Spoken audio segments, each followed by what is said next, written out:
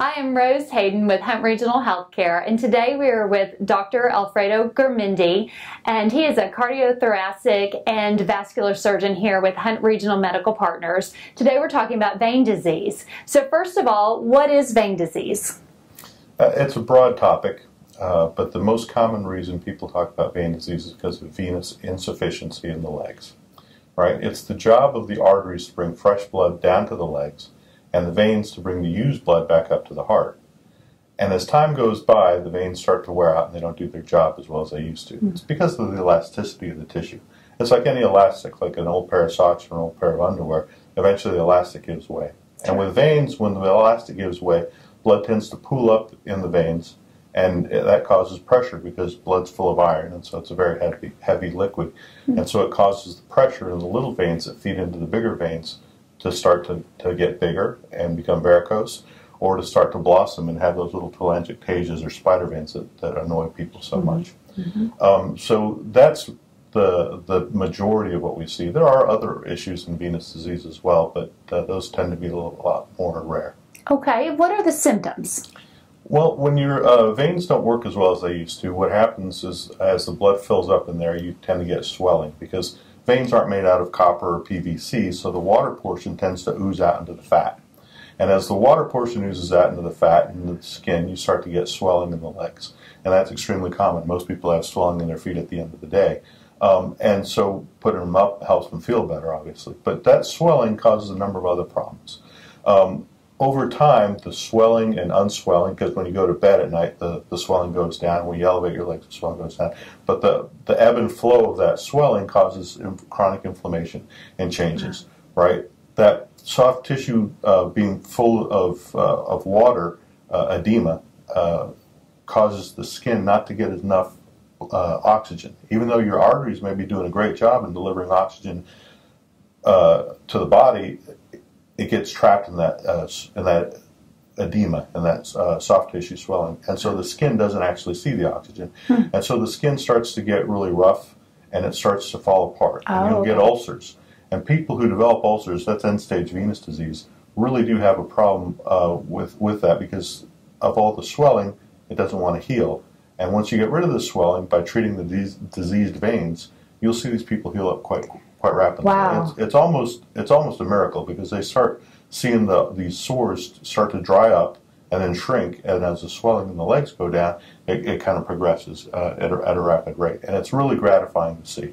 Now, I don't think a person should wait until they've got sores on their legs before they start getting these things treated. If you're having symptoms, and that would be swelling in the legs, heaviness, itchiness, some people develop a rash, achy legs at the end of the day, it's something that you should look into. Very good. That's great.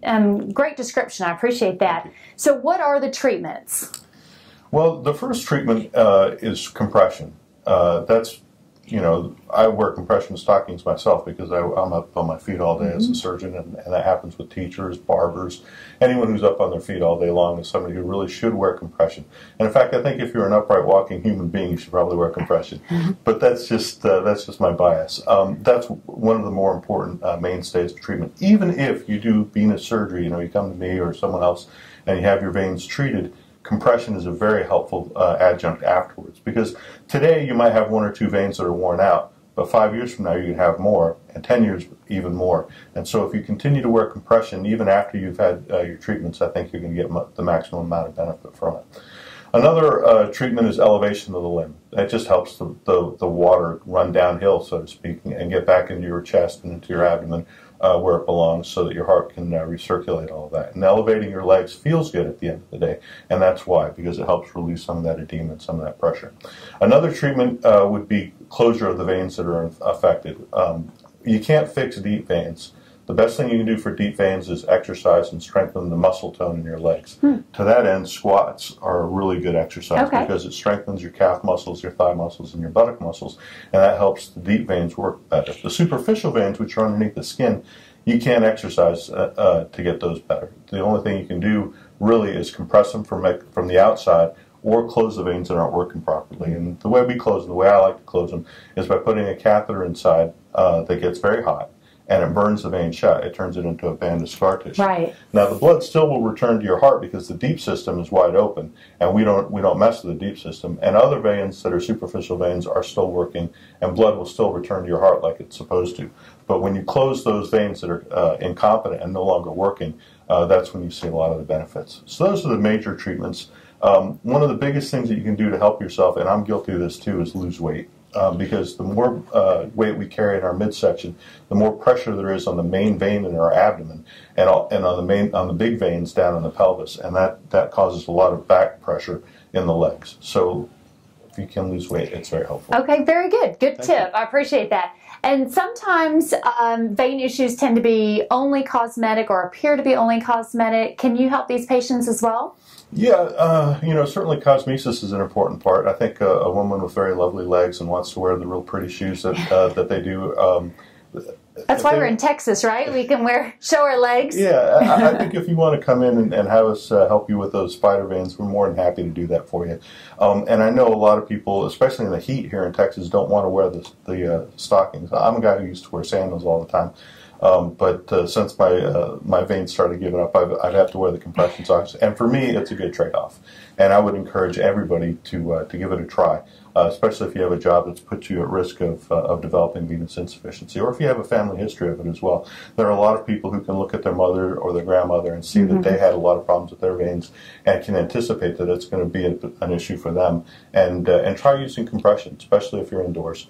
I know it's uncomfortable, but right now it's a good answer, and it's probably one of the best we have. But for things that you might just consider cosmesis, please come in. We'd be happy to look at you and help you with that.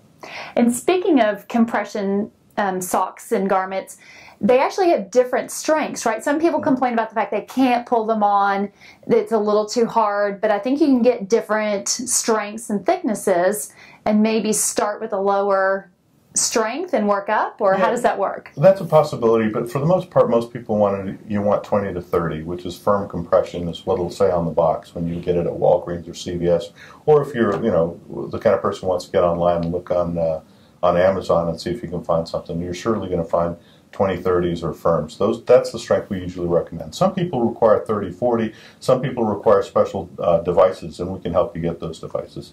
For the other lighter compression ones, that may or may not alleviate your symptoms, and I don't typically recommend them. When you go to the hospital, you get those white stockings. They're called TED hose, and those TED hose are about 16 millimeters of mercury pressure, which really isn't enough to help you. It's not harmful, but I think we can do better. Okay. And 20 to 30. Now, it is hard to get these socks on sometimes, especially if you have arthritis in the hands or you've got arthritis in the back, or if you're really heavy and you have difficulty pulling socks on.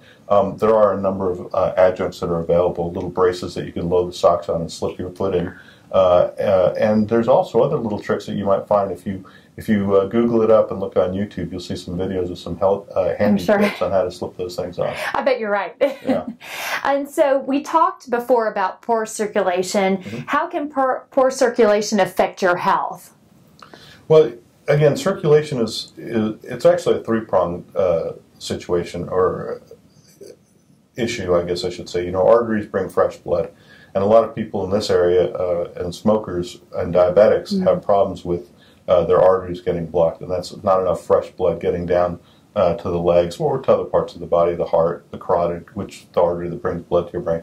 This is a serious problem. This is something that's a whole discipline in medicine.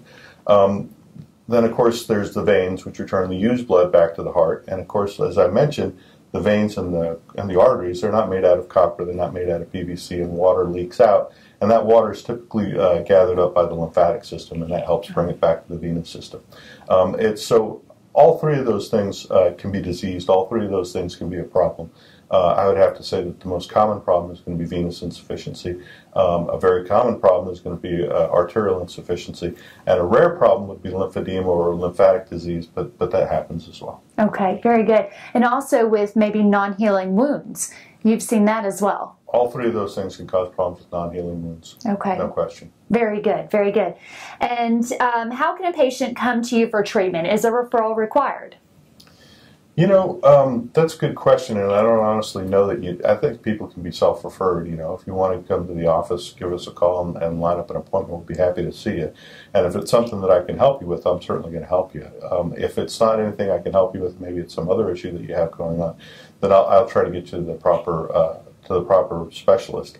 But if you're not certain and you want to talk to your primary care physician first, go talk to them and let them know after you've seen me whether or not you're happy with the service that we've provided, because I would like to do a good job, and feedback is always very helpful.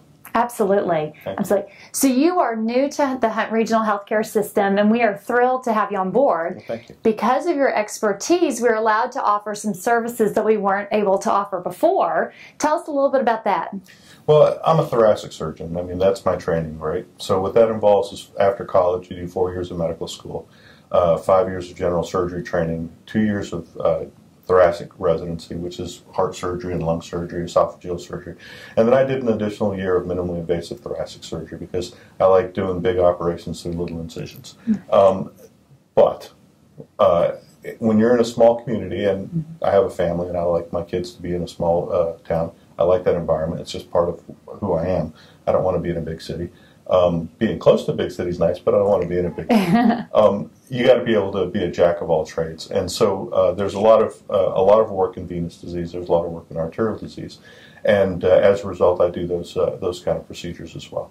And the arterial stuff, venous disease, that goes hand in hand with the renal dialysis access, and that's one of the major reasons I'm here, is so that we can get dialysis here at Hunt Regional. Rather than people having to go to Dallas for all that. The other stuff, you know, taking care of arterial insufficiency, taking care of venous insufficiency, lung surgery, esophageal surgery, all of that is just kind of an added bonus, I think, that comes with that. And, absolutely. And it's for me, it's a boon. That's great. That's great. We are so happy to have you here, and very happy that you shared some time with us today. Thank you so much. No, the pleasure's all mine. Thank you.